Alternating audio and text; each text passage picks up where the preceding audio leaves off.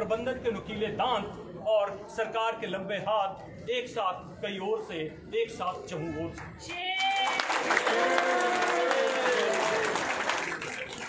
मैंने सुरक्षा चक्र पहचानने की बात कही तो क्यों कही?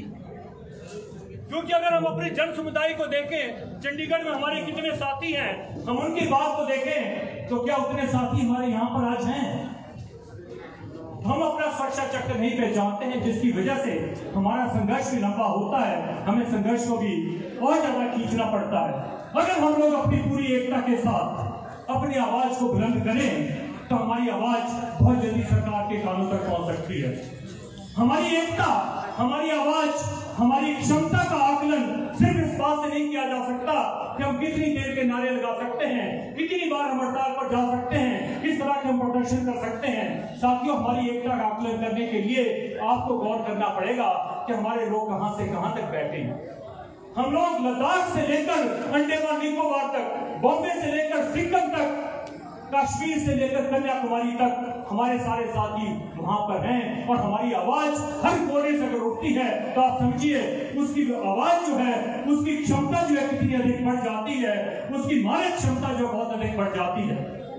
और हमारे वो साथी वहां पर हमारे मैसेज का काम करते हैं। आज हम लोगों का ये जो संघर्ष है, ये संघर्ष हमारी वेतन वृद्धि के लिए नहीं है, ये हमारी सेवा शर्तों में सुधार के लिए नहीं है, ये जो संघर्ष है ये अपने अस्तित्व की रक्षा के लिए है, सार्वजनिक क्षेत्र के बैंकों के अस्तित्व की रक्षा के लिए है, देश के हितों की रक्षा के लिए है, आम जनता के अधिकारों की रक्षा के लिए है। ये लड़ाई हमारी अपनी बैंकर्स की लड़ाई नहीं है, ये आम जनता की लड़ाई है, हमारे ग्राहकों की लड़ाई है। और ये बात हमें अपने ग्राहकों को, अपने लोगों को समझानी होगी, उन्हें बताना होगा कि आज जो हम लोग सड़कों पर उतरे हैं, हम आपके लिए उतरे हैं, जनता के लिए उतरे हैं, इस देश के लिए उतरे हैं। हमें ग्राहकों को बताना होगा कि देश के हर कोने में पब्लिक सेक्टर बैंक्स की ब्रांचेज हैं। जब ये प्राइवेटाइज हो जाएंगी तो क्या सेवाएं उन्हें मिल पाएंगी और उन सेवाओं का क्या कॉस्ट पड़ेगी, उसका भी मूल्यांकन करके हमें उन्हें बताना पड़ेगा कि उनकी सेवाएं कितनी महंगी हो जाएंगी। आज अगर हम देखें कि मिनिमम बैलेंस जो प्राइवेट बैंक्स का है तो देश की 80% जनता की जो पर कैपिटा इनकम है, मंथली आय जो है, मासिक आय जो प्रति व्यक्ति की है, 80% जनता की आय उससे भी कम है। क्या वो इन बैंकों में खाते खोल पाएंगे, रख पाएंगे? ये सोचने की बात है, ये जनता को बताने की बात है। साथियों, वित्त मंत्री ने इस बजट सेशन के अंदर डिक्लेयर किया कि 4 बैंकों में से 2 बैंकों को प्राइवेट कर दिया जाएगा। अभी उन्होंने बैंकों की घोषणा नहीं की। उसके बाद उन्होंने बताया कि आईडीबीआई बैंक को भी निजी हाथों में सौंप दिया जाएगा, वो तो सौंप दिया गया है। एलआईसी का जो स्टेक है उसे भी एफडीआई को सौंप दिया जाएगा, उसे भी एक तरह से निजी हाथों में सौंप दिया जाएगा। जीआईसी में से एक को भी निजी हाथों में सौंप दिया जाएगा। तो ये जो खतरा है केवल पब्लिक सेक्टर बैंकों पर नहीं है, पब्लिक सेक्टर इंटरप्राइजेज पे है। जितने भी पब्लिक सेक्टर हैं ये सभी के ऊपर ये खतरा आज मंडरा रहा है। और हमारे प्रधानमंत्री मोदी ने तो बड़ा स्पष्ट कह दिया कि government has no business to do the business, अर्थात सरकार का कोई कार्य नहीं है तो वे व्यवसाय करें। लेकिन क्या हम व्यवसाय कर रहे हैं? क्या हम बिजनेस कर रहे हैं? साथियों, हम तो सोशल बैंकिंग कर रहे हैं। क्या 42 करोड़ लोगों के जनधन खाते खोलना बिजनेस है? आप बताइए, रिस्पॉन्ड कीजिएगा, क्या वो बिजनेस है?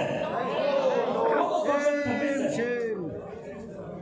क्या डिमोनेटाइजेशन के दौरान हमारे साथी जो इतने सारी भुगतान करते रहे, लोगों की लंबी लंबी कतारों का सामना करते रहे, क्या वो बिजनेस था? और अगर आप लोगों ने देखा होगा तो आरबीआई ने जो फ्रेश करेंसी थी उसका 55% पैसा जो था वो पब्लिक सेक्टर बैंकों को दिया था और 45% पैसा जो था वो चेंज करने के लिए प्राइवेट बैंकों को सौंपा गया था। पब्लिक सेक्टर बैंकों ने वो पैसा ट्रेजरीज को भी दिया, पोस्ट ऑफिस को भी दिया और आम जनता के 96% लोगों के पैसे जो बदले गए थे, नोट जो बदले गए थे, वो पब्लिक सेक्टर बैंकों के द्वारा बदले गए थे और प्राइवेट बैंकों ने सिर्फ 4% लोगों के उन नोटों को बदला था। तो ये स्पष्ट आ जाता है कि किस तरह की कतार को झेलना हम लोगों की मजबूरी बना दी जाती है। सरकार की जितनी योजनाएं हैं उन सभी को अमली जामा पहनाने की जिम्मेवारी हम लोगों को होती है और फिर भी हमें कहा जाता है कि आप लोग जो हैं प्रॉफिटेबल नहीं है, आप लोग जो हैं इनएफिशिएंट हैं। क्या हम लोग इनएफिशिएंट हैं? मैं दावे के साथ कह सकता हूं कि पब्लिक सेक्टर बैंक जितने कस्टमर्स का सामना करते हैं, अगर उसका 10% भी निजी क्षेत्र के बैंक कर पाए तो सारे के सारे बैंकों का प्राइवेट होना बहुत जरूरी है। क्या वो कर पाएंगे? आंकड़े बताते हैं कि एक पब्लिक सेक्टर बैंक जहां पे प्रति स्टाफ 2000 से अधिक ग्राहकों को सेवाएं प्रदान करता है, तो वहीं पर प्राइवेट सेक्टर बैंक केवल 350 लोगों को अपनी सेवाएं प्रदान करते हैं। तो साथियों, ये जो खतरा देश के ऊपर मंडरा रहा है, सार्वजनिक क्षेत्र को निजी हाथों में सौंपने का जो खतरा है, ये खतरा बहुत बड़ा है। ये आज शुरू नहीं हुआ।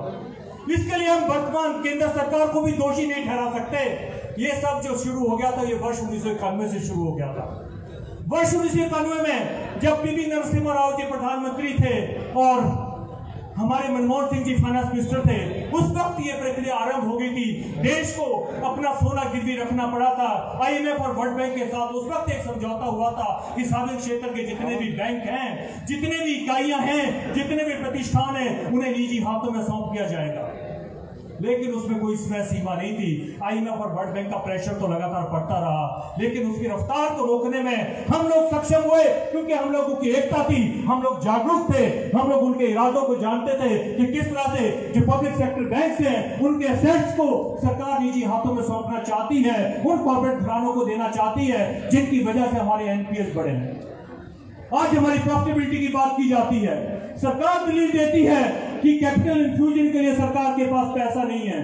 तो साथियों, मैं आपको बता देना चाहता हूं कि अपनी रिपोर्ट, सरकार की एजेंसी की रिपोर्ट्स हैं, ये डिक्लेयर किया है कि आज तक पब्लिक सेक्टर बैंकों में जितना भी पैसा सरकार के द्वारा कैपिटल इन्फ्यूज किया गया है, उसका 300% पैसा पब्लिक सेक्टर बैंक सरकार को इनकम टैक्स और डिविडेंड के रूप में दे चुकी है।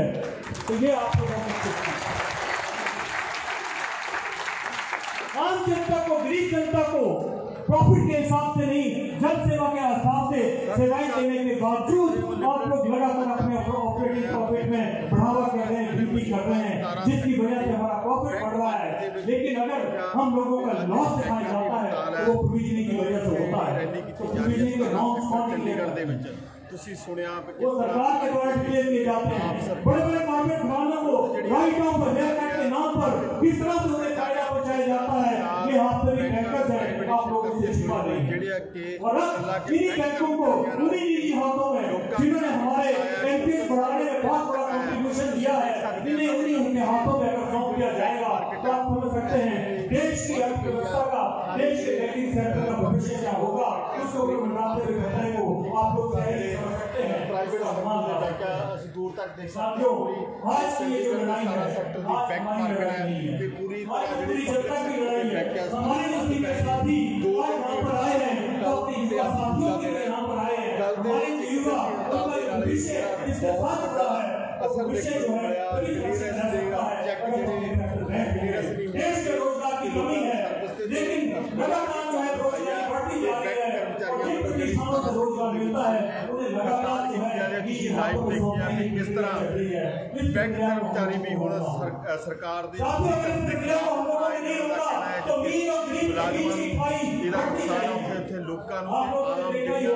जब तक समाया सरकारी बंद करके इन्होंने अपनी जी अज आवाज है बुलंद की है। इसी तरह दिखाते रहांगे, इसी तरह लिबरल टीवी पंजाबी लोगों की आवाज सुनता नहीं।